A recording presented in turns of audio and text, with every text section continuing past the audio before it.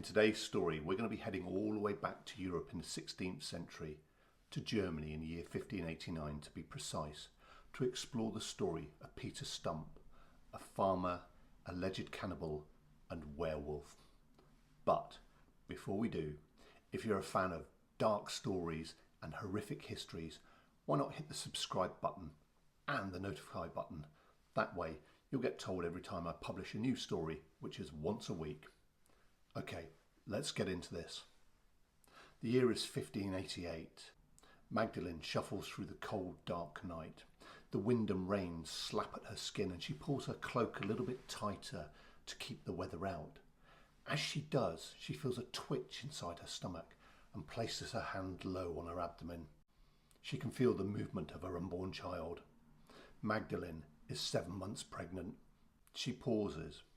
The smile that had quickly spread across her face quickly disappears. She feels a deep sense of uneasiness. She stops and looks out to her left, out towards a tree line, a short distance away from the path she walks along. She shivers. Within the tree line is a dark figure. This is the man known as Peter Stumpp. He's watched as the woman moved along the path, and now he's curious. She stopped and she's looking roughly in his direction, and he can't help but feel as if he'd been discovered. He knows he needs to act quickly. He reaches down into the Hessian sack in his left hand and pulls out the belt, which he swings around his waist and snaps shut. In an instant, the change starts to happen. Long dark fur sprouts across the entire length of his body. His limbs twist and distort as they reshape themselves, and his face stretches out into a muzzle filled with razor-sharp teeth. He can smell the scent of the woman in the air. His powerful muscles jerk into life, propelling him forward. The hunt is on. To discover the origins of Peter's story, we have to travel back in time about 20 years. The young shepherd had exited his hut on the hillside to find a horrific scene in front of him. His flock of sheep had been slaughtered. Every single one of them had been ripped apart, their throats torn out, and huge chunks of flesh pulled from their body, no doubt consumed.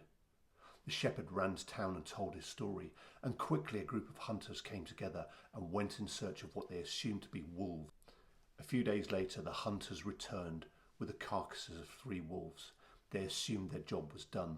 There would be no more attacks. However, they were wrong. The attacks continued and continued and continued. And after each attack, the hunters went out in search of wolves, killing more and more, until eventually there were none left. But still the killings continued. Then the body of the first child turned up. Once again the body had been mutilated, torn apart, the throat ripped out, and large chunks of flesh torn away, no doubt consumed by the creature that had killed him. Now the people of Bedburg were terrified. Many of them assumed a lone, aggressive wolf moving through the area, killing people, killing livestock and people, moving off and then coming back from time to time, which would explain why the hunters had been unable to stop all of the deaths. But at the same time, rumours started to circulate. Some people claimed to have seen a strange creature prowling the woodlands. It looked to be half man, half wolf, covered in fur but walking on its hind legs. The rumours spread.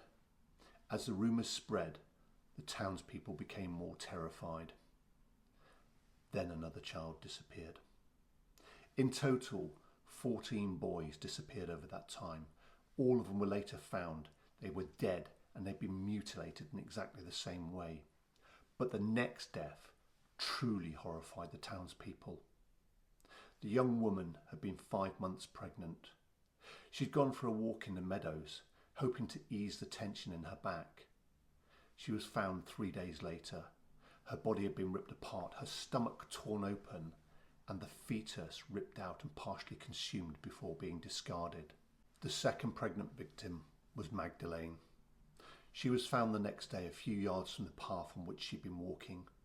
Once again, she'd been torn apart, her unborn child ripped from her body and partially consumed.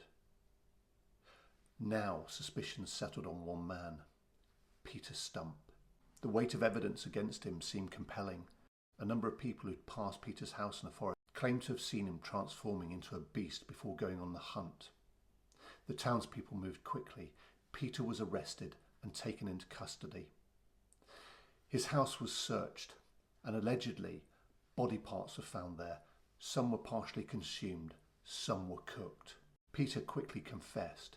He said that he'd made a deal with the devil and that Satan had given him a belt that allowed him to turn into a werewolf, but this belt was never found.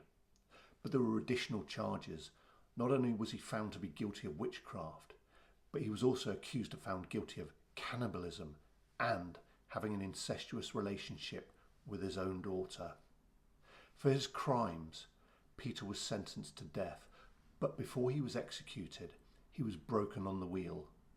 He was strapped into a large wagon wheel and then had all of his limbs broken with a sledgehammer before finally having his head cut off. After being executed, his head was placed on a spike on the edge of town, a warning to any other werewolves who might be travelling through the area.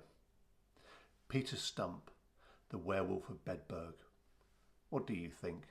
Fact or fiction? Let me know what you think of the story in the comments below. I appreciate it. Until next week, see you soon.